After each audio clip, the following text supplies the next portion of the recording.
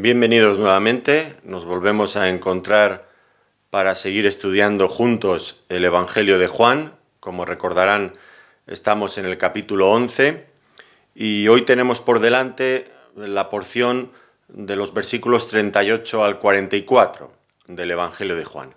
Como recordarán, en nuestra última sesión estuvimos hablando acerca del amor de nuestro Señor Jesucristo. Un amor que le llevaba a identificarse con las tragedias, con el dolor del ser humano. Y vimos en ese pasaje tan elocuente cómo nuestro Señor Jesucristo lloró y fue conmovido en su espíritu humano. Hoy tenemos que avanzar y esta porción que he mencionado y con la que vamos a estar tratando en este espacio de tiempo, pues tiene que ver mayormente con su poder, con el poder de nuestro Señor Jesucristo. Un poder que es capaz de vencer a la misma muerte, el peor de todos los enemigos del ser humano. Y es interesante que veamos este estudio de hoy en conexión con el estudio anterior, porque ambas cosas, tanto el amor que vimos en la sesión previa, como ahora el poder de nuestro Señor, van juntos. Y tiene que ser así, necesariamente. Sería una tragedia que el Señor tuviera mucho amor por nosotros, pero no tuviera capacidad para hacer nada por nosotros. Igualmente trágico sería que el Señor tuviera mucho poder, pero no tuviera nada de amor por nosotros. En ese caso, su poder fácilmente se convertiría en algún tipo, daría rienda suelta a algún tipo de crueldad dolorosa para nosotros. Pero podemos estar tranquilos. En nuestro Señor Jesucristo, ambas cosas van al unísono. Su amor y su poder. Él nos ama y su poder le lleva a actuar a nuestro favor, venciendo incluso los peores enemigos del ser humano. Hoy nos vamos a estar enfrentando nada más y nada menos que con la muerte. La muerte de Lázaro, pero que viene a ser un pequeño botón de muestra de lo que Dios se propone hacer no solamente con él en aquel momento, sino con toda la humanidad, con todos los hombres. Pues bien, vamos entonces a abordar ya nuestro estudio, vamos a dividirlo en tres partes. La primera de ellas tiene que ver, la hemos titulado Jesús ante el sepulcro. La segunda parte, Jesús resucita a Lázaro. Y la tercera, la nueva vida de Lázaro. Así pues, nos disponemos entonces ya a entrar en el pasaje bíblico y les invito a que lean conmigo en sus Biblias, que me acompañen y que juntos leamos en Juan capítulo 11 los versículos del 38 al 44. Y dice así la palabra del Señor. Jesús, profundamente conmovido otra vez, vino al sepulcro. Era una cueva y tenía una piedra puesta encima. Dijo Jesús, quitad la piedra. Marta, la hermana del que había muerto, le dijo, Señor, hiede ya, porque es de 4 días. Jesús le dijo, ¿no te he dicho que si crees verás la gloria de Dios? Entonces quitaron la piedra de donde había sido puesto el muerto, y Jesús, alzando los ojos a lo alto, dijo, Padre, te doy gracias por haberme oído. Yo sabía que siempre me oyes, pero lo dije por causa de la multitud que está alrededor, para que crean que tú me has enviado. Y habiendo dicho esto, clamó a gran voz, Lázaro, ven fuera.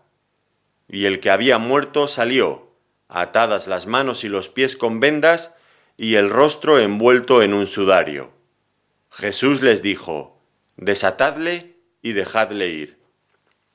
Bueno, este es nuestro pasaje, como decimos, y el primer punto que vamos a tratar lo hemos titulado, ya he dicho, Jesús ante el sepulcro.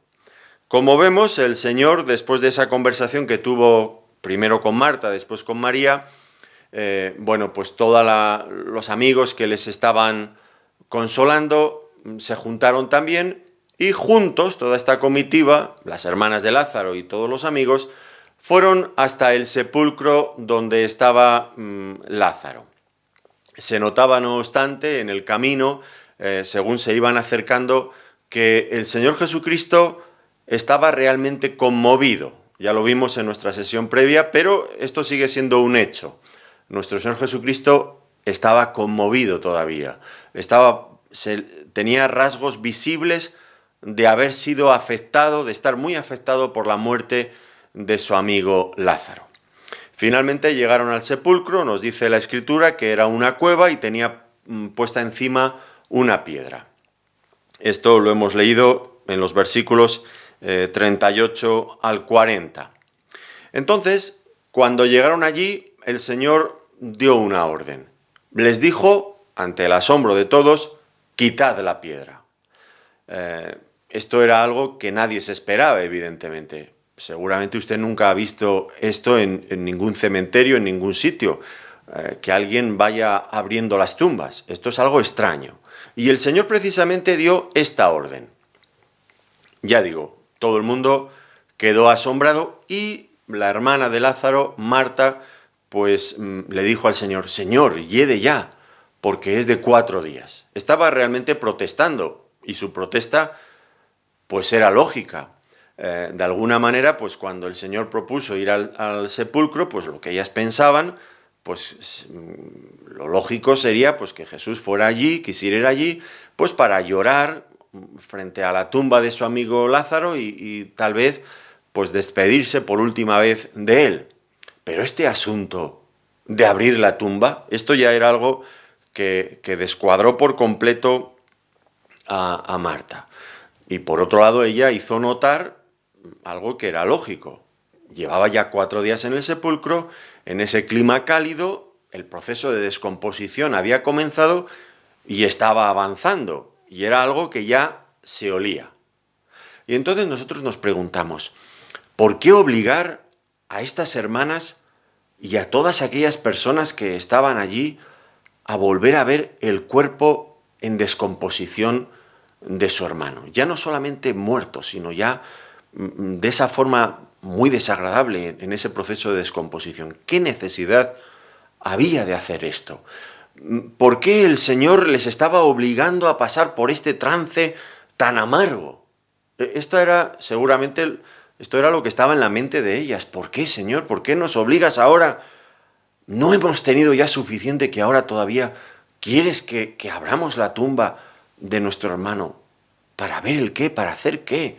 Era, sin duda, la mente de ellas tuvo que estar llena de interrogantes en este momento. ¿Por qué? Y era, sin duda, es verdad, una prueba más para su fe por la que tendrían que pasar. Por la que tendrían que pasar para madurar, porque siempre es así. Las pruebas nos llevan finalmente a madurar. Es verdad que el diablo, cuando nos tienta, lo que quiere es destruirnos. Pero el Señor, cuando permite, cuando programa una prueba para nosotros, lo que Él quiere hacer es que crezcamos, que maduremos en la fe. Y esto era algo que pretendía el Señor con ellas. En realidad, lo que estaba el Señor era pasando del terreno de la teoría al de la práctica. Ya recordamos que antes Marta había hecho una confesión que nos dejó a todos maravillados. En el capítulo 11, donde estamos, el Señor le preguntó, ¿tú crees esto, que yo soy la resurrección y la vida? ¿Y qué contestó ella? Esto lo encontramos en el versículo 27.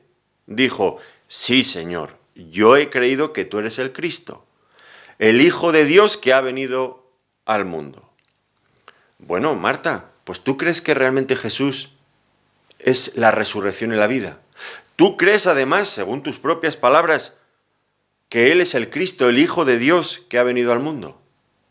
Pues si ahora te está diciendo que quitéis la piedra del sepulcro, ¿por qué ahora no crees que está en el control de lo que está haciendo, que tiene un propósito, que tiene poder, que tiene razones para estar mandando esto? Bueno, yo no quiero cargar las tintas sobre Marta, ni muchísimo menos, porque más bien debería cargarlas sobre mí mismo. Yo muchas veces me sé la teoría y que tal vez igual le pasa algo similar a usted, ¿no? No sabemos bien la teoría, pero cuando pasamos del plano de la teoría al de la práctica, entonces vienen las dificultades. Entonces es cuando nos atascamos, cuando tenemos problemas. Ese era entonces el momento de la verdad. Había que demostrar si creían o no creían, porque una fe teórica que no se logra, que no se traslada a la vida práctica, es una fe que no sirve para nada. Hay muchas personas que tienen una fe teórica, que han asumido un credo doctrinal inmaculado, perfecto, sin ningún tipo de error, de equivocación, pero que sin embargo no viven con él. Es algo que está en sus mentes, pero que nunca rige sus vidas. Ya se acuerdan ustedes lo que Santiago decía, ¿no? ¿Tú crees que Dios es uno? Bien haces. También los demonios creen y tiemblan. Esto no soluciona nada. Si hablamos de pureza doctrinal, los demonios tienen un credo doctrinal muy sano, monoteísta al 100%. ¿Tú crees que Dios es uno? Los demonios también. Pero eso no soluciona. La fe, si no nos lleva a las obras, es una fe ficticia, es una fe que no sirve para nada, que no salva. Y esto es algo que a las personas les cuesta mucho entender. Cuando hablamos, les predicamos a las personas, tienes que poner fe en el Señor, piensan que es una cuestión únicamente intelectual, que con que esté en su cabeza ya vale. Pero no es así. La fe auténtica se debe trasladar a la práctica. Miremoslo aquí está muy claro. ¿Cómo tenían que demostrar estas hermanas que ellas realmente creían lo que habían afirmado? Pues había una sola forma. ¿Cuál? Obedecer. Si Jesús había hecho una orden, había dado una orden, quitad la piedra. La forma de demostrar que ellas creían en esto era quitando la piedra, obedeciendo. Por eso muchas veces en el Nuevo Testamento los conceptos de fe y de obediencia a lo que se cree, pues son paralelos, van juntos, no se pueden separar. Somos nosotros los que muchas veces los separamos, pero la fe que no nos lleva a la obediencia no es fe auténtica, o al menos no es la fe que salva. Entonces ahora era el momento de demostrarlo. ¿Qué ocurrió? Bueno, parece ser que hubo algunos allí que retiraron la piedra, que quitaron la piedra. Y Marta no dijo nada. Su silencio, pues, debió de ser interpretado como que aceptaba este asunto, que finalmente asumía que el Señor había dado una orden y ella la tenía que obedecer. Ahora, hay un pequeño detalle aquí que no quiero dejar pasar por alto, ¿no? ¿Qué iba a hacer el Señor? Bueno, ya lo sabemos porque lo acabamos de leer. Nosotros jugamos con ventaja porque ya sabemos el final de la historia. Ellas no. Tenemos que tenerlo siempre presente. Ellas van viendo desarrollarse los hechos paso a paso. Nosotros, ya digo, tenemos la ventaja de que conocemos la historia ya finalizada.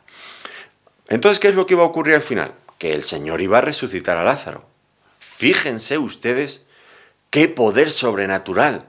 Sacar de entre los muertos, del reino de los muertos, a un hombre que llevaba nada más y nada menos que 4 días muerto, ya en estado de descomposición. Si el Señor tenía tanto poder, ahora la cosa que me surge y que me pregunto es, ¿y por qué él mismo no quitó la piedra? Podría haber hecho cualquier cosa. Con una sola palabra, con un gesto, podría haber retirado la piedra. Sin embargo, no lo hizo. Y puede ser un detalle muy simple, pero todo en la Biblia tiene su importancia. La primera cosa es que el hecho de que ellos tuvieran que quitar la piedra, como acabo de decir, implicaba que tendrían que demostrar que realmente tenían fe y estaban creyendo que Jesús estaba en el control de la situación, que era el Señor, y aunque mandara las cosas más extrañas, más incomprensibles para ellos, tenían que obedecerlas. Pero por otro lado, lo que está también claro es que el Señor quiere contar con nuestra participación. Claro que Él lo podría hacer todo. Por supuesto, no nos necesita para nada. Pero quiere contar con nosotros. Vosotros vais a quitar la piedra. Yo voy a resucitar al muerto, diría Jesús, pero vosotros vais a quitar la piedra. Y esto, ya digo, es un detalle muy sencillo, pero a mí me llena de mucha alegría. ¿Por qué? Porque a mí Dios no me necesita para nada, pero para nada, de nada, de nada. Dios se sobra y se basta, es autosuficiente, el único que lo es de verdad. Es el soberano Dios, con todos los recursos, con todo el poder, es omnipotente, es omnisciente. ¿Para qué me va a necesitar a mí? Para nada. ¿Y a usted? Para nada. Y sin embargo me gusta cuando en el Nuevo Testamento se desarrolla a veces este concepto, los apóstoles hablan de ello, especialmente el apóstol Pablo, creo, él habla de que somos colaboradores de Dios. Somos colaboradores de Dios. Fíjese usted, qué altísimo honor. Ser colaborador de Dios, pero si no me necesita. Pero sin embargo me quiere dar este privilegio. ¿Colaborador de Dios en qué? Pues mire, igual que ellos tuvieron que quitar la piedra, pues Dios nos llama a ser colaboradores, por ejemplo, en la exposición, en la predicación del Evangelio. ¿Podría venir Dios desde el cielo y hacer que las piedras hablaran? Por supuesto que podría. No tiene ningún problema en hacer eso, lo dijo él. Si vosotros callarais, las piedras hablarían. Lo puede hacer y lo va a hacer si nos callamos. Pero sin embargo, aunque él lo puede hacer, nos da este privilegio a nosotros de ser portavoces de un mensaje tan glorioso, tan hermoso como es el Evangelio de nuestro Señor Jesucristo. El Evangelio de la salvación para todos los hombres sin distinción. Y yo puedo ser un colaborador de Dios en la predicación del Evangelio. Es algo increíble. Yo estoy infinitamente agradecido al Señor porque su gracia ha llegado hasta mí de esta forma. Me ha permitido este regalo del que no soy merecedor, ni yo, ni usted, ni nadie, pero nos lo da. Es por su gracia. Ahora, es verdad, yo puedo, por ejemplo, predicar el Evangelio. Más o menos bien, puedo hacerlo. Pero lo que yo no puedo hacer de ninguna forma es salvar las almas. Ya estamos otra vez igual que aquí. Ellos podían quitar la piedra, pero no podían resucitar al muerto. Yo puedo predicar el Evangelio, pero no puedo salvar a las personas. Eso solamente lo puede hacer el Señor. Pero qué bien que al menos me deja hacer esto otro. Me siento realmente dichoso, por el medio que sea, ya sea en una conversación personal con alguien, ya sea a través de cualquier medio, en la iglesia, a través de internet, en cualquier medio. Pero que Dios me deje. Me siento realmente dichoso, privilegiado. Es un alto honor para mí poder hacer esto. Así que el Señor cuenta con nosotros y en aquellas cosas que podemos hacer. Otras solamente las va a poder hacer Él. Bueno, pues Él mandó quitar la piedra. Y nada de lo que el Señor mandaba, por muy extraño que parezca, era irracional, era ilógico. Todo tenía un propósito. ¿Había un propósito en exponer ese cadáver, el cadáver de Lázaro, ante toda aquella gente? Por supuesto que sí. ¿Cuál era el propósito? Pues que lo pudieran ver todos y pudieran no solamente verlo, sino sentirlo con todos sus sentidos, que pudieran comprobar que realmente era Lázaro y que estaba muerto. ¿Por qué? Porque a continuación él lo iba a resucitar. Y entonces, si previamente todos lo habían visto y lo habían sentido, como digo, pues nadie podría dudar de que lo que allí había ocurrido era un milagro mayúsculo, extraordinario, maravilloso, algo realmente asombroso, la resurrección de un hombre que estaba muerto ya desde hacía 4 días. Así que el Señor permitió estos breves momentos de sufrimiento de las hermanas para luego sorprenderles con el gozo de la resurrección de su hermano. Es verdad, primero venía la prueba, primero venía cierto tiempo de sufrimiento asociado con la prueba, pero pronto lo iban a olvidar. Es como la mujer, bueno, yo soy hombre y no entiendo mucho de esto, aunque he tenido 5 hijos, bueno, los ha tenido mi mujer, pero he podido asistir al parto de alguno de ellos y uno se da cuenta de que el parto es un mal momento para la mujer. Pero a mí siempre lo que me llama la atención es que una vez que el niño ha salido, parece que ahí no ha pasado nada, están la mar de contentas. Bueno, por lo menos la breve experiencia que yo he tenido ha sido así, ¿no? Y las pruebas ocurre lo mismo. Este momento amargo, duro que estaban pasando las hermanas sería sustituido inmediatamente cuando su hermano saliera de la tumba por el gozo, por la alegría inmensa, incontenible de ver otra vez a su hermano vivo. Sorprendidos por el Señor nuevamente, sorprendidos, porque hay que decirlo, Nadie estaba esperando, creo yo, que Lázaro iba a resucitar. No estaba en la mente de nadie. Y una vez más ocurre lo que siempre ocurre, que el Señor hace mucho más de lo que somos capaces de pensar o de imaginar. Cosas que ojo no vio, ni oído oyó, ni han subido en corazón de hombre, son las que Dios ha preparado para los que le aman.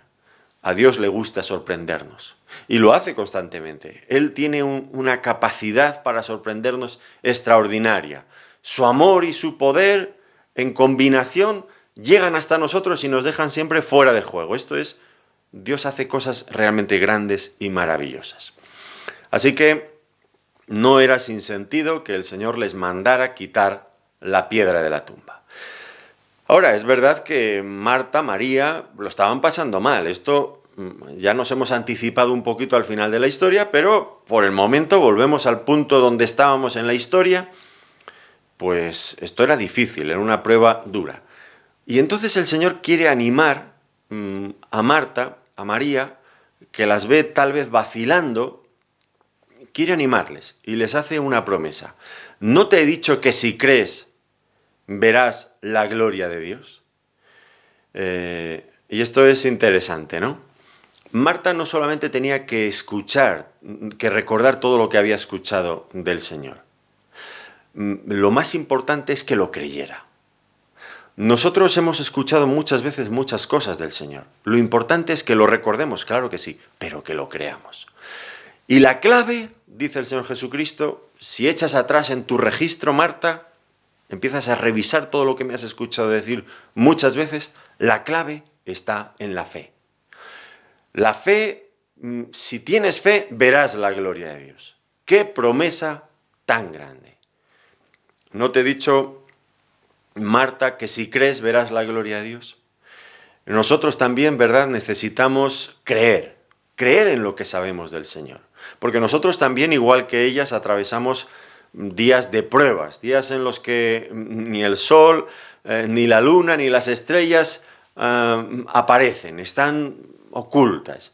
Y nos sentimos solos, tal vez, batallando en medio de 1000 batallas, de 1000 dificultades, solos. Y entonces qué bueno es recordar estas palabras del Señor. ¿No te he dicho que si crees verás la gloria de Dios? Creer es la cuestión. Creer en las palabras del Señor.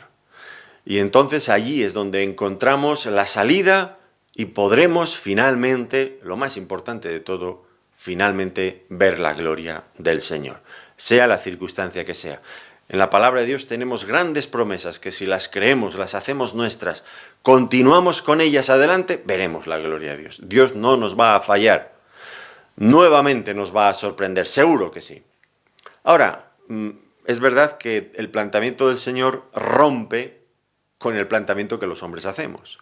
Porque los hombres queremos ver para creer. ¿Se acuerdan ustedes seguro de Tomás? Yo si no veo las marcas en las manos del Señor, si no meto mi mano en el costado, yo no voy a creer. Y el Señor Jesucristo, cuando se apareció, porque se apareció resucitado también a Tomás unos días después, bienaventurados los que creen sin haber visto. Creemos en el Señor, no le hemos visto, le amamos, pero no le hemos visto, pero creemos en Él. Eso es ahí hay una bienaventuranza muy grande. En cualquier caso, todo se reduce, el énfasis queda centrado en la fe, la importancia de la fe. Esto ha sido subrayado también en otras ocasiones en los evangelios. Recordarán ustedes al padre de aquel muchacho endemoniado que luchaba dentro de sí si creía o no creía. Y el Señor le dijo, si puedes creer, al que cree, todo le es posible. Lo vemos en Marcos capítulo 9, versículo 23. Si puedes creer, al que cree, todo le es posible. En contraposición, en contraste, nos encontramos al Señor en Nazaret. También recuerdan ustedes aquel incidente. En la sinagoga de su propio pueblo, en Nazaret. Y dice que allí no pudo hacer muchos milagros a causa de la incredulidad de ellos. Esto está en Mateo en el capítulo 13 y el versículo 58. No pudo hacer muchos milagros a causa de la incredulidad de ellos. Igual que la fe nos lleva a ver la gloria de Dios, la incredulidad, la falta de fe, es como si maniatara a Dios. Claro está, Dios es omnipotente y nadie le puede maniatar, pero como si de alguna forma limitara todo lo que Dios quiere hacer en nuestras vidas. La falta de fe es el problema. Es muchas veces también nuestro problema. Ahora, ¿en qué tenían que tener fe estas hermanas? Todas aquellas personas que estaban allí. Bueno, pues tenían que tener fe en la resurrección de Lázaro. En principio no, porque no era esto lo que el Señor les estaba diciendo en este momento. No te he dicho que si crees verás la gloria de Dios, pero no les dijo en qué consistía lo que iba a ocurrir. En algún momento algo les había anticipado, pero ellas no lo habían entendido así. Finalmente, lo que el Señor está reclamando es que tengan fe no tanto en algo que Él les ha dicho, en algo que Él les ha prometido, sino la fe centrada en su persona. Y es el comienzo de todo. Nosotros ponemos la fe en la persona de Jesús. Luego, por supuesto, como una consecuencia lógica, ponemos también la fe en todo lo que Él nos dice. Pero para empezar, y por encima de cualquier otra cosa, la fe tiene que estar en la persona del Señor Jesucristo. Fe y confianza son dos palabras que van muy de la mano, que son en cierto sentido sinónimas, podríamos decir. Fe y confianza. El Señor dijo que tuviéramos fe como un niño, que recibiéramos el reino de Dios como un niño. Y yo creo que esto es... Bueno, hay muchas cosas que se podrían decir de los niños, pero yo creo que el niño confía. Es una de las virtudes que el niño tiene, ¿no? Si yo bueno, ya mis niños ya no son tan niños, ya son bastante mayores, pero a mi nieto le pongo encima de una mesa y le digo, salta, pues él salta, porque se fía de mí. Pero a una de mis hijas ya mayores, ya son, o a mi hijo ya bastante ya mayorcito, 20 y tantos años para arriba, si está encima de una mesa y le digo salta, pues no salta, porque no se fía de mí. No piensa, lógicamente, por otro lado, que yo lo pueda recoger cuando él esté saltando. Pero a mi nieto sí, le digo salta y salta, tan feliz y tan contento. Es un niño. Los niños tienen esta cosa, se fían, confían en las personas. Les dices algo y lo creen. Normalmente, ¿no? Y nosotros, el Señor espera de nosotros esta sencillez, esta fe sencilla. Que si Él nos dice, ven, vayamos. Que confiemos en Él, en su persona. Esta es la cuestión, ¿no? Entonces, el Señor está pidiendo esto de ellas, ¿no? Que crean en el Señor. Una exhortación a creer en Él. Ahora, ¿cuál era el problema? Pues el problema es que ellas estaban mirando, estaban focalizando, centrándose excesivamente en Lázaro, en la tumba, en el olor, en el sepulcro, en la descomposición. Se estaban centrando en eso. Cuando en realidad lo que tendrían que estar haciendo era mirar al Señor. Cuando miramos el problema nos hundimos. Cuando miramos al Señor salimos a flote, caminamos sobre las aguas. ¿Recuerdan ustedes? Seguro que sí. El caso aquel cuando el Señor se acercó a los discípulos en aquella noche y Él iba andando sobre el mar. Y los discípulos de repente se asustaron. Ahora, rápidamente entró en acción Pedro, el apóstol Pedro, que ya sabemos, está bien caracterizado, es siempre el mismo en todos los evangelios, cuando aparecen los hechos, cuando aparecen las epístolas, siempre es el mismo personaje, no cambia, es invariable. Y automáticamente se recupera en un instante del susto. Señor, si eres tú, manda que yo vaya a ti sobre las aguas. Y se pone a andar sobre las aguas. Y va andando un tramo, pero rápidamente empieza a ver cómo el viento, cómo las olas se levantan y empieza a hundirse. Señor, socórreme que me ahogo. Y el Señor lo saca. ¿Por qué empezó a hundirse? Empezó a hundirse porque comenzó a dejar de mirar al Señor para mirar los problemas. Y esta es la clave del asunto, tantas y tantas veces con nosotros. ¿Los problemas son grandes? Pues claro que son grandes, nadie lo discute. Pedro, por ejemplo, en aquellas circunstancias, las olas se levantaban y eran olas de metros, los vientos eran huracanados, fuertes, muy fuertes, golpeaban contra la nave, golpeaban contra él. Pues claro que eran grandes, pero lo que tenía que hacer era no separar su mirada del Señor, y la separó. Y cuando miramos al problema, nos hundimos. Tengo un hermano que me gusta mucho hablar con él, es un buen amigo. Y ¿cómo estás? Le llamé el otro día por teléfono, ¿cómo estás? Y me dijo algo, este hombre siempre tiene respuestas de este tipo, no te va a decir bien o te va a decir mal, siempre tiene alguna respuesta. Dice, pues mirando al Señor, porque es el único sitio donde estoy tranquilo y donde recibo bendición y donde mi espíritu se alegra, porque en el momento que dejo de mirar al Señor y miro para todos los otros lados, no veo más que problemas y empiezo a hundirme. Bueno, podría haber contestado como todos nosotros. ¿Qué tal estás? Bien.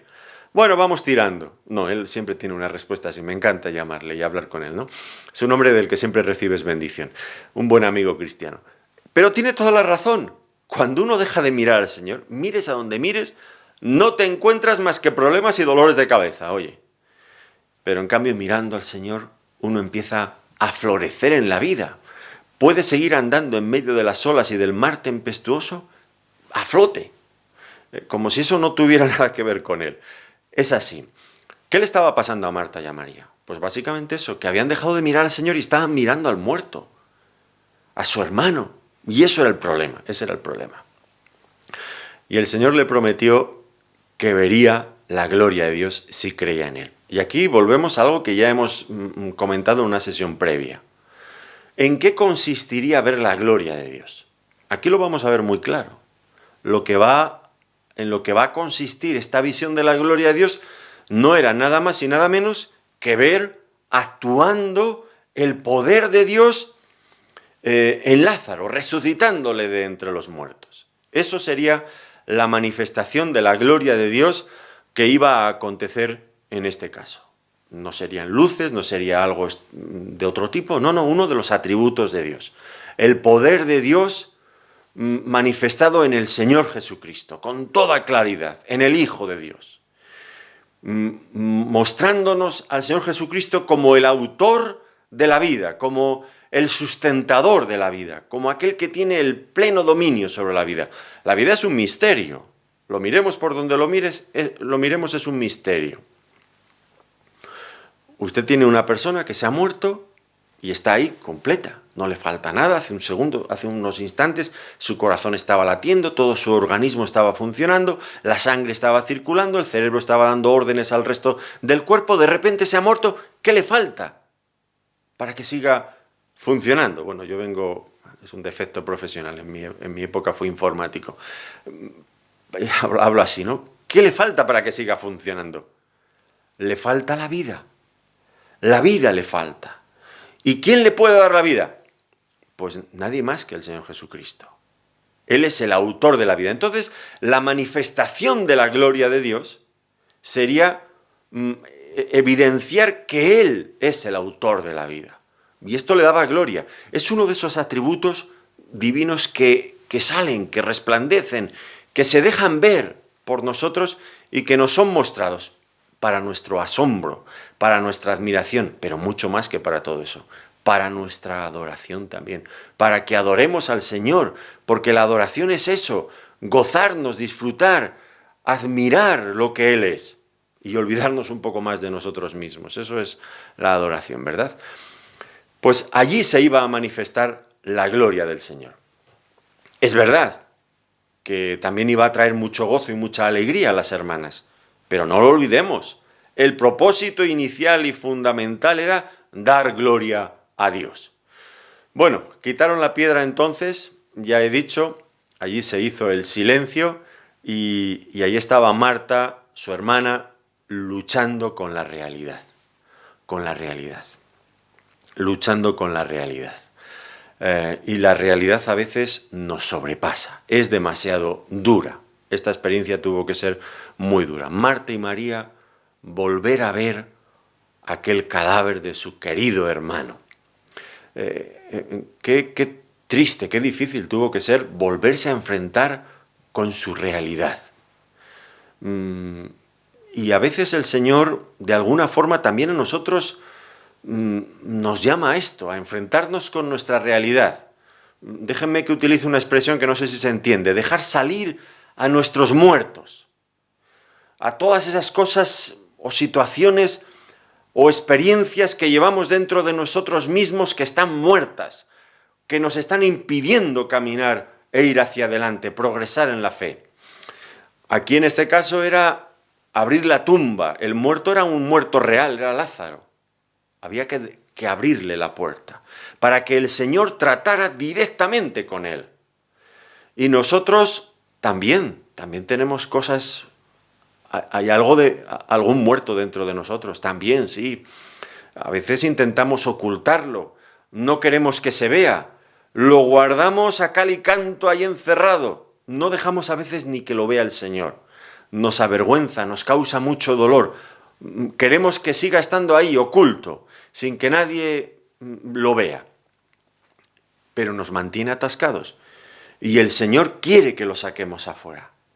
Quiere tratar con él directamente. ¿Qué puede ser esta cosa? Pues puede ser una experiencia muy dolorosa en el pasado, que tal vez nos da vergüenza, que tal vez nos causa un dolor que no podemos soportar y lo arrinconamos, lo dejamos allí encerrado. Puede ser un enfrentamiento no resuelto con otra persona, con un amigo, con un familiar, con un hermano, con mil cosas, que está allí encerrado, no queremos sacarlo. Puede ser un pecado vergonzoso que hemos cometido en algún momento, pero hemos conseguido mantenerlo en oculto. Puede ser una deuda del tipo que sea no saldada, algo que debemos, del tipo que sea, no solamente algo monetario. Son muertos que están dentro de nuestra vida, que nos impiden crecer, que nos impiden avanzar en la vida cristiana, en la madurez cristiana. ¿Y qué solución hay? Solamente hay una solución. Quitad la piedra, dijo el Señor.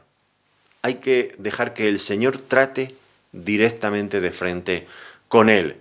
Él es el único que puede arreglar esa situación. Y tenemos que dejarlo. Qué difícil es dejar salir los muertos. Qué difícil es. Cuánto nos avergüenza que vean que dentro de nosotros hay cosas que están en ese estado tan feo, que huelen tan mal, podríamos decir, ¿no? Pues había que dejarle salir. Y el Señor quiere tratar con nosotros también a este nivel. Llegamos al segundo punto, que hemos titulado Jesús resucita a Lázaro. Aunque ya lo hemos leído, podríamos volver a leer los versículos 41 al 44. Dice la Escritura: entonces quitaron la piedra de donde había sido puesto el muerto, y Jesús, alzando los ojos a lo alto, dijo: Padre, gracias te doy por haberme oído. Yo sabía que siempre me oyes, pero lo dije por causa de la multitud que está alrededor, para que crean que tú me has enviado. Y habiendo dicho esto, clamó a gran voz: Lázaro, ven fuera. Y el que había muerto salió, atadas las manos y los pies con vendas, y el rostro envuelto en un sudario. Jesús les dijo: desatadle y dejadle ir. Esta es la segunda parte de nuestro estudio. Y ahora lo primero que vamos a ver en esta parte es que Jesús obraba en perfecta comunión con el Padre. Podemos imaginarnos la situación. Ahora el sepulcro estaba abierto, la piedra ha sido retirada. Todo el mundo está expectante. ¿Qué se propone? ¿Qué va a hacer? Me imagino que todas las miradas están clavadas, fijas en la persona del Señor Jesucristo. ¿Y qué hace ahora el Señor? Pues el Señor hace algo que no sé si esperaban o no, pero lo hizo. El Señor empieza a orar a su Padre. Está hablando de una forma muy solemne, debemos de apreciar esto en el texto, es una forma muy solemne de hablar. Lo está orando, podría haber orado interiormente, pero lo está haciendo en una voz audible que todo el mundo pueda verlo, porque tiene especial interés en que la multitud le escuche. Así que está orando a su Padre. Pero en realidad, si nos fijamos bien en su oración, él no está pidiendo nada. No está pidiendo: Padre, te ruego que ahora resucites a mi amigo Lázaro. No, no pide nada de todo esto. Fíjense bien. No, léanlo si quieren de nuevo. No está, no hay nada de todo esto. ¿Qué hace el Señor? Básicamente, el Señor da gracias al Padre. Gracias te doy por haberme oído. Le da gracias. Suponemos que el Señor había hablado previamente con el Padre, en otro momento ya le había hecho una petición similar. Esta petición de resucitar a Lázaro. Pero lo cierto es que el Padre no le había contestado todavía. Históricamente todavía faltaban unos momentos para que Dios Padre contestara a la oración de su Hijo y resucitara a Lázaro. Pero sin embargo el Señor Jesucristo ya está dando gracias. ¿Por qué da gracias? Pues da gracias porque está plenamente seguro de que el Padre le va a contestar. ¿Por qué? Porque hay una sintonía tan perfecta entre el Padre y el Hijo. Están unidos en una sola voluntad, en un solo propósito, en una sola esencia de su naturaleza divina, que lo que el Hijo pida al Padre sabe perfectamente que la respuesta va a ser inmediata y afirmativa.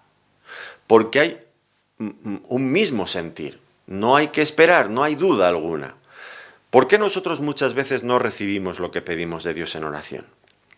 Pues muy sencillo, porque nuestra sintonía con Dios no es la correcta, hemos pedido algo que no es la voluntad de Dios. A veces es una cosa que hemos pedido tal vez por nuestro propio capricho. Ya recuerdan ustedes lo que decía la Escritura.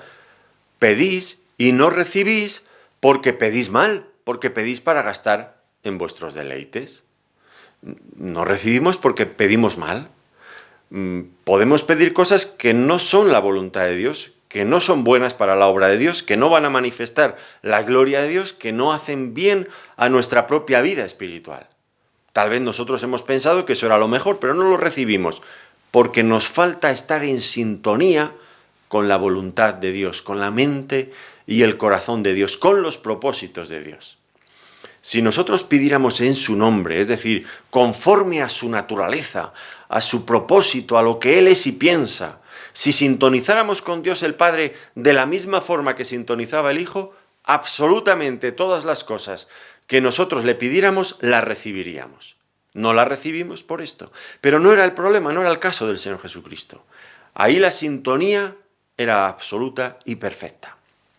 Entonces el Hijo estaba dando gracias porque Él no tenía ninguna incertidumbre de lo que iba a ocurrir. Él sabía que su Padre le iba a contestar inmediatamente desde el cielo. Ahora, el propósito de orar en voz alta, en voz audible, que ellos se dieran cuenta, pues tenía también otra finalidad. ¿Cuál era? Pues lo dijo también aquí, para que crean que tú me has enviado. Para que una vez que el Señor resucitara a Lázaro, ellos asociaran ese milagro lo que el Hijo estaba haciendo con el Padre. Es decir, que había esa relación plena, real, entre el Padre y el Hijo. Que cuando el Hijo obraba, no estaba obrando de forma autónoma del Padre, sino que realmente Él, como ya les había dicho infinidad de veces, Él era el enviado del Padre. Hacía siempre la voluntad de su Padre. El que le había visto a Él, había visto al Padre. El que escuchaba al Hijo, escuchaba al Padre.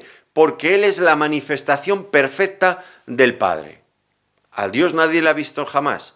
El unigénito Hijo que está en el seno del Padre, Él le ha dado a conocer. Él obraba en una íntima y estrecha relación con su Padre Celestial. Pero esto era algo que los judíos no habían querido creer. Especialmente los líderes religiosos del judaísmo, que deberían de haber sido los primeros que creyeran, fueron los que más rechazaron, con más virulencia, se opusieron al Señor Jesucristo. Especialmente a este hecho. Él hablaba de su Padre, en un sentido, en una relación única, como el unigénito Hijo del Padre. Él hablaba de esta relación y ellos se negaban una y otra vez a aceptar que esto fuera cierto. Es más, cuando tuvieron que enfrentarse con el hecho de que realmente el Señor Jesucristo hacía cosas que era imposible que ningún hombre hiciera, que iba muy por encima, muy por delante de cualquier otro profeta de la antigüedad, y se les exigía como líderes religiosos que eran del judaísmo que dieran algún tipo de interpretación a ese poder y a esa autoridad que surgía, que fluía con toda naturalidad del Señor Jesucristo. ¿Sabe usted qué interpretación dieron? ¿Qué es lo que dijeron al pueblo llano que estaban esperando una respuesta?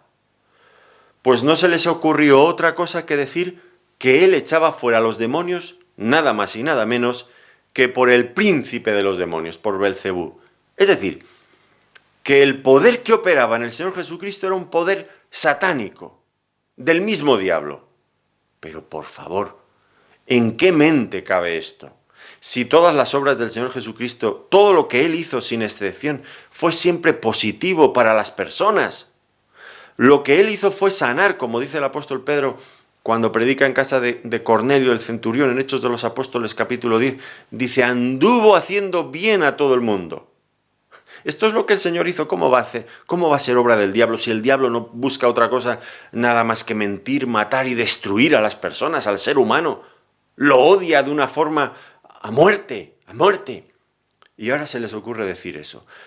Pues decían eso simplemente porque la otra opción, si el Señor no hacía los milagros por Satanás tal como ellos estaban pretendiendo, la otra opción que quedaba, la única, era que lo hacía por medio del poder del Padre. Y esto no querían aceptarlo. De ninguna de las maneras, una y otra vez estaban así.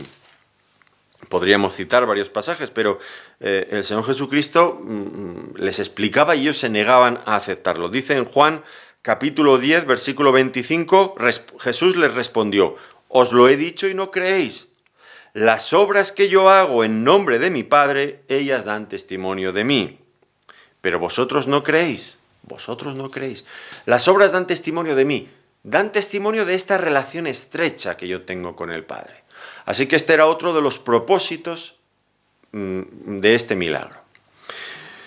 Entonces llega el momento en que, el clímax, el momento álgido, el momento clave de esta escena. Es cuando el Señor grita a Lázaro, Lázaro, ven fuera. Le dio una orden a Lázaro para que saliera. Se dirigió a él de forma personal. Ya sabemos que esto pues está fuera de lo que el sentido común nos dice. Nosotros no les hablamos a los muertos porque los muertos sencillamente no escuchan. Pase lo que pase a su lado, ellos no escuchan ni hacen caso. Pero el Señor Jesucristo tenía tal autoridad que su voz llegaba hasta el mismo seno de la muerte. Y por mucho tiempo que hubiera pasado desde que había abandonado este mundo Lázaro, el Señor seguía teniendo el mismo poder para penetrar hasta ese mundo, el mundo de los muertos, y traer de la muerte a la vida al mismo Lázaro. Recomponer su cuerpo para que estuviera nuevamente aquí. Lo hizo Lázaro, salió. Lo vamos a ver en un momento.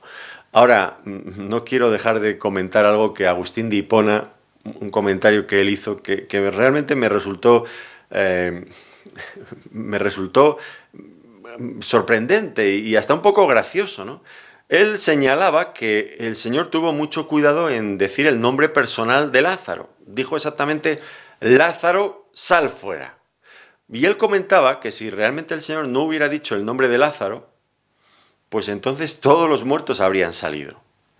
Porque el poder que había y la autoridad que había en esa voz, en ese grito del Señor, sal fuera, era de tal calibre, de tal tamaño, de tal poder, que todos los muertos habrían salido. Y usted dice, hombre, eso puede ser un poco exagerado, ¿no? Pues no tiene nada de exageración. El Señor Jesucristo ya lo dijo, y va a ocurrir en un día futuro. Es todavía futuro, pero cuente con que va a ocurrir.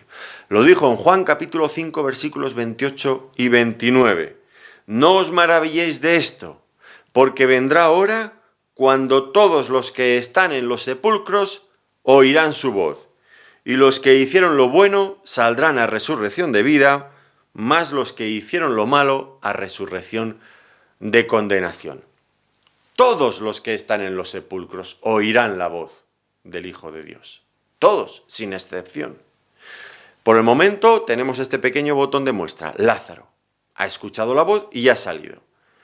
Pero un momento en la historia de esta humanidad va a ocurrir este otro hecho. Todas las personas van a comprobar que Él es el autor de la vida, que tiene un poder sobrenatural sobre incluso la propia muerte. Nosotros decimos que la muerte ya escapa de nuestro control, y es verdad, pero no del control de nuestro Señor Jesucristo. Bueno, pues llegamos ya entonces al tercer punto.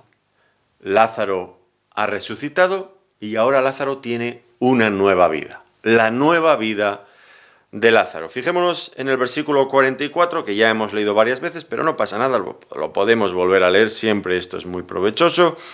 Dice aquí: y el que había muerto salió, atadas las manos y los pies con vendas y el rostro envuelto en un sudario. Jesús les dijo: desatadle y dejadle ir. Desatadle y dejadle ir. El hombre, Lázaro, con grandes dificultades salió del sepulcro, iba envuelto en todas aquellas telas con las que enterraban, sepultaban a los muertos en aquella sociedad, y el hombre, me imagino que dando saltitos, logró incorporarse y logró salir como pudo. Mientras tanto, habría que haber mirado la cara de Marta y de María y de todos sus amigos allí. La cara de sorpresa. Habría sido interesante tener una cámara de fotos para hacerles una foto, porque aquello tuvo que ser espectacular. Nadie esperaba esto. Y ahora Lázaro sale así, dando saltitos. Está vivo, está vivo. Y ahora el Señor les manda que le liberen, porque no podía liberarse a sí mismo. ¿Qué emoción tuvieron que tener aquellas personas? Seguro que muchos de ellos ayudaron, habían embalsamado de aquella forma que ellos lo hacían a Lázaro. Habían preparado aquellas vendas con aquellas mezclas con que las iban más o menos pegando y adhiriendo al cuerpo. Muchos de ellos habrían preparado aquello y las habrían puesto en Lázaro.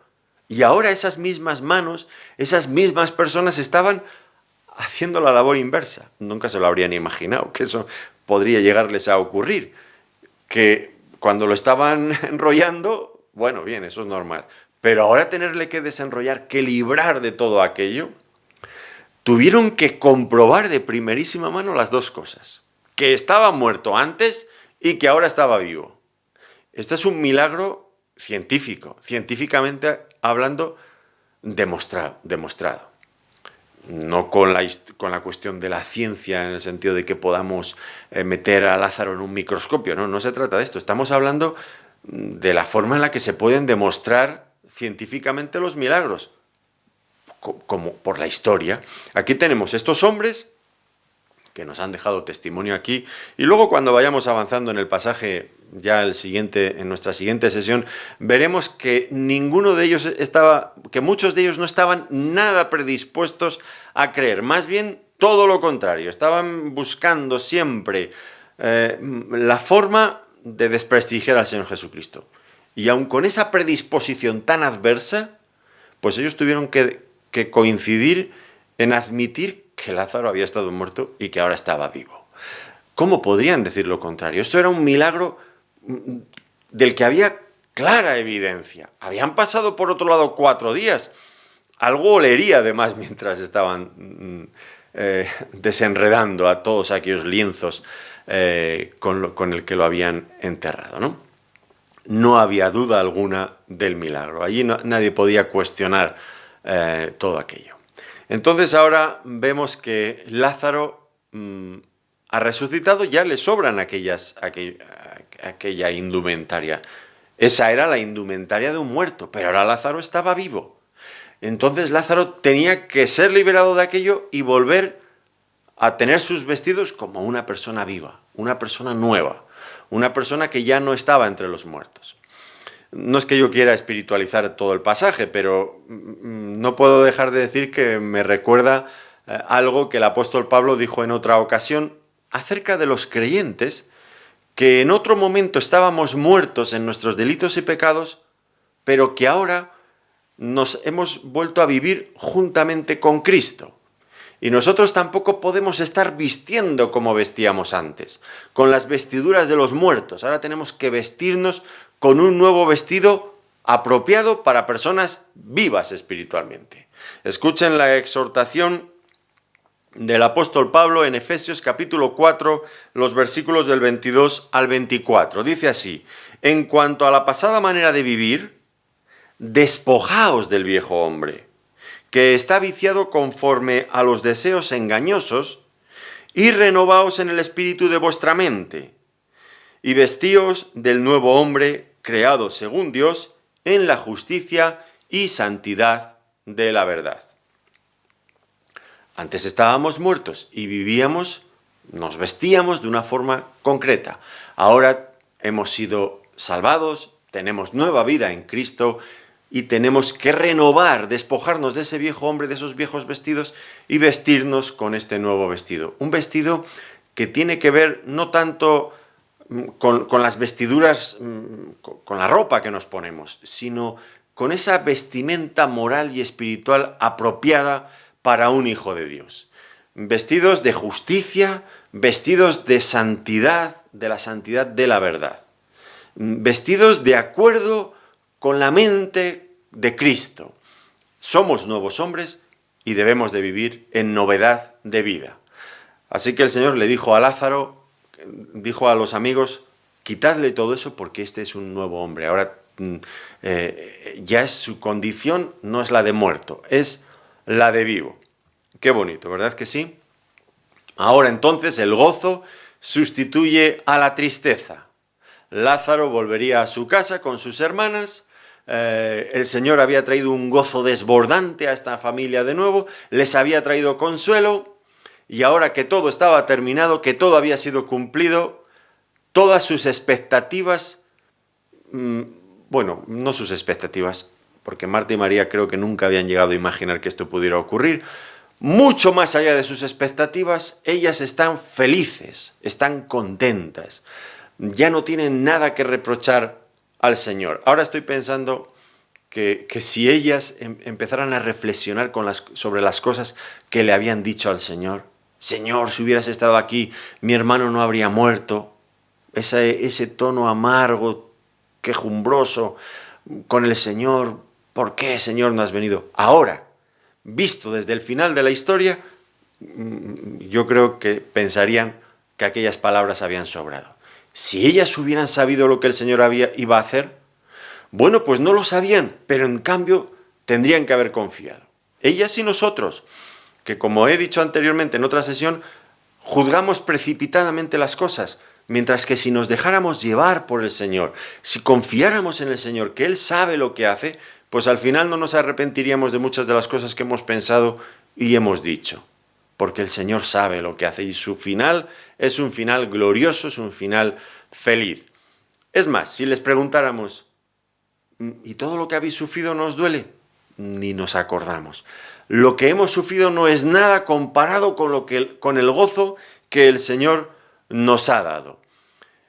Y lo que era más importante, como ya he dicho antes, la gloria del Señor había sido manifestada nuevamente, una vez más. Y ellas habían podido verla y estaban conociendo algo mucho más grande de nuestro Señor Jesucristo. Para ellas, el Señor era alguien no nuevo, pero lo que habían descubierto de Él era tan grande que si su concepto de Él anteriormente era muy grande, majestuoso, algo glorioso, ahora era mucho más todavía. Eran personas que estaban capacitadas ya para enfrentarse a nuevos retos en la vida muy, muy superiores a los que hasta ese momento podían enfrentarse, porque su fe había madurado, había crecido. Y esto era algo maravilloso. Así que nos podemos nuevamente imaginar a estos tres hermanos en la casa, en el hogar, disfrutando nuevamente de este ambiente. No sé si Lázaro estaba del todo contento, esto ya es un tema que no puedo dilucidarlo, pero siempre me quedo con esta duda, ¿no? ¿Estaría Lázaro contento de que le hubieran hecho volver del cielo? Hombre, si yo me muero y me hacen volver al cabo de 4 días, que ya uno... Porque a lo bueno uno se acostumbra rápido, ¿no? Decimos, estar en el cielo y ahora me vuelvan a hacer venir aquí a este mundo. Hombre, yo me alegraría por estar nuevamente, qué duda cabe, con mi esposa, con mis hijos, con mi nieto. Disfrutaría, por supuesto que sí, de volver a verles. Pero en el cielo se está muy bien, se está mucho mejor que aquí, ¿no? Bueno, no sé qué pensaría Lázaro. Supongo que tendría el corazón dividido también, ¿no? No estoy seguro de esto, no voy a hablar de ello entonces. Pero no lo olvidemos, que cuando el creyente sale de este mundo, automáticamente está en la presencia del Señor.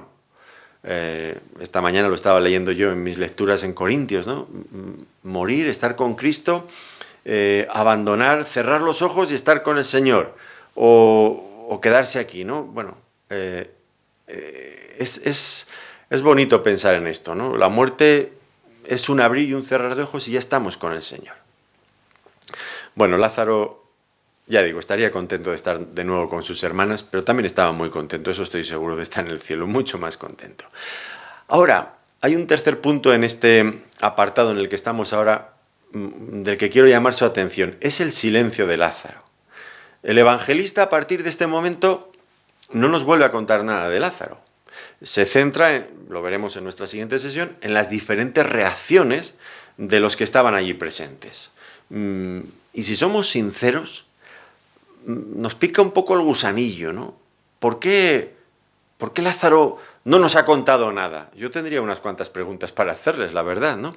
Lázaro, ¿recordabas algo de cuando estabas muerto? ¿Qué pasó cuando moriste? ¿Cómo fue la experiencia de pasar de este mundo al otro mundo? Oye, por favor, cuéntame algo. ¿Cómo es el cielo? ¿Cómo te has sentido al volver a la tierra? Bueno, yo no sé. Si me pongo a pensar, tendría para un buen rato haciéndole preguntas una detrás de otra, ¿no? Sin embargo, la Biblia, el evangelista, inspirado por Dios, no nos cuenta absolutamente nada. Silencio absoluto. Así que nos quedamos con las ganas, pero ganas nos quedan, ¿no?, de saber cómo es esto. ¿Por qué el Señor no nos lo cuenta? ¿No nos dice nada más? Bueno, pues porque quizás no podemos entenderlo.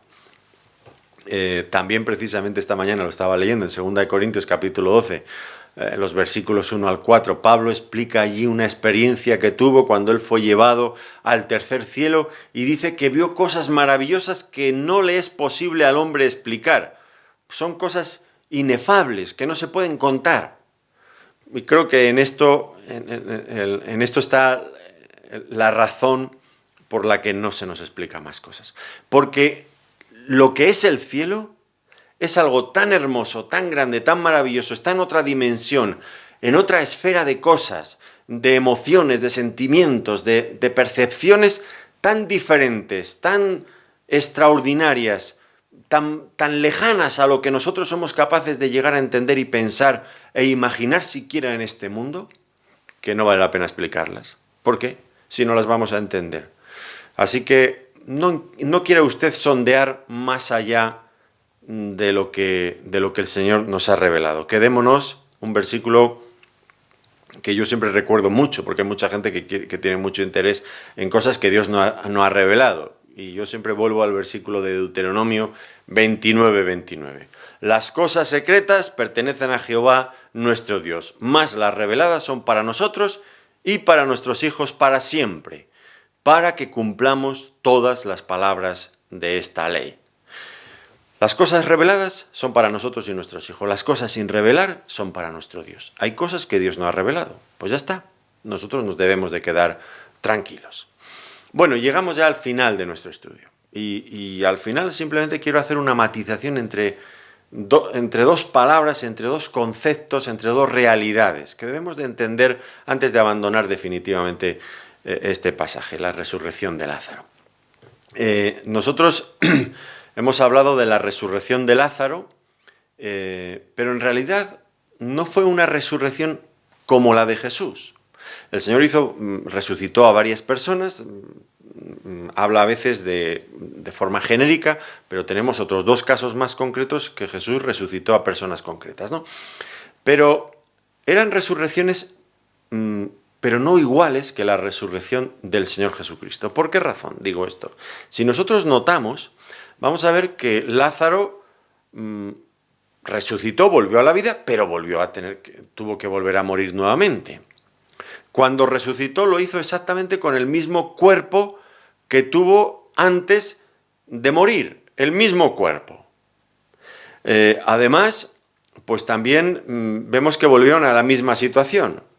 Si tenías que pagar una hipoteca y te quedaban 10 años, pues estabas en la misma situación. Esa era tu vida, la que dejaste, esa es la misma que tienes ahora. Nada había cambiado. En cambio, en la resurrección del Señor Jesucristo hubo cambios fundamentales, importantísimos. El Señor Jesucristo no resucitó para volver a morir, no. No resucitó con el mismo cuerpo, no. Resucitó con un cuerpo glorificado e inmortal.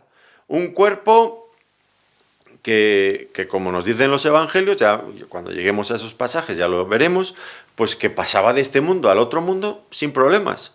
Un día, a la vista de todos ellos, el Señor ascendió al cielo y allí desapareció de su vista subiendo sobre las nubes. Y pasó de este mundo al cielo con ese cuerpo. Y los ángeles que estaban allí dijeron a los apóstoles que lo estaban viendo, este mismo, fíjense en estas palabras, este mismo Jesús que vosotros habéis visto irse, este mismo va a volver. Así que no solamente ese cuerpo glorificado le sirvió para irse, sino que también le va a servir para venir y para estar allí en el cielo. Es decir, es un cuerpo diferente, que le introduce a una realidad espiritual diferente. Y nosotros esperamos esa resurrección. Esto que hemos visto aquí con Lázaro era simplemente, ya lo he dicho antes, un pequeño botón de muestra de la realidad de que el Señor tiene poder sobre la muerte. Él es el autor de la vida. Pero en realidad esto podríamos decir que eran resucitaciones, mientras que lo que el Señor hizo fue una resurrección. No una resucitación, volver a la vida. Aunque es verdad que ya hacía 4 días que estaba muerto, ¿no? No era que resucitaba, que una resucitación, alguien que acaba de morirse y que... No, era algo ya mucho más grave, ¿no? Tenía poder sobre la muerte, pero traerlo al mismo tipo de vida no es la solución de nada, finalmente, ¿no? Porque estas hermanas, pues tarde o temprano, tendrían que volver a ver a su hermano morir, si es que moría antes que ellas, ¿no? Pero eso no soluciona nada. Pero la resurrección de Cristo son las primicias, dice el apóstol Pablo, las primicias de todos, para todos nosotros. Él es el primero de la resurrección, pero nosotros resucitaremos con Él, con un cuerpo como el suyo, igualmente glorificado para nunca más volver a morir. Esta es la esperanza del cristiano. El Señor nos ha dado esta esperanza. El Señor se enfrentó ante nuestros mayores temores, ante la muerte, allí delante del sepulcro. El Señor tiene el poder para llamar a los muertos a la vida. Llamó a Lázaro, Lázaro, ven fuera, y Lázaro salió. El Señor le dio una nueva vida a Lázaro, que era grande, pero sin embargo Él va a hacer cosas mucho más grandes. Ya nos ha manifestado, nos ha mostrado que tiene el poder. Nosotros confiamos en Él. Él nos ha dado, como dice el apóstol Pablo, una esperanza de gloria. Tenemos esperanza de gloria por la resurrección de los muertos de Jesucristo. Él es el primero. Nosotros vamos con Él, junto a Él. Y esta es la esperanza que tenemos. En este mundo no hay nadie, ninguna filosofía, ninguna religión, nadie que le pueda dar esta esperanza que ha acreditado, que ha demostrado con sus propios hechos nuestro Señor Jesucristo. No siga usted a nadie, pero siga a Jesús de Nazaret. A nuestro Señor Jesucristo, el mismo Hijo de Dios, venido a este mundo, venido del Padre. Él le puede dar esta esperanza de gloria también a usted.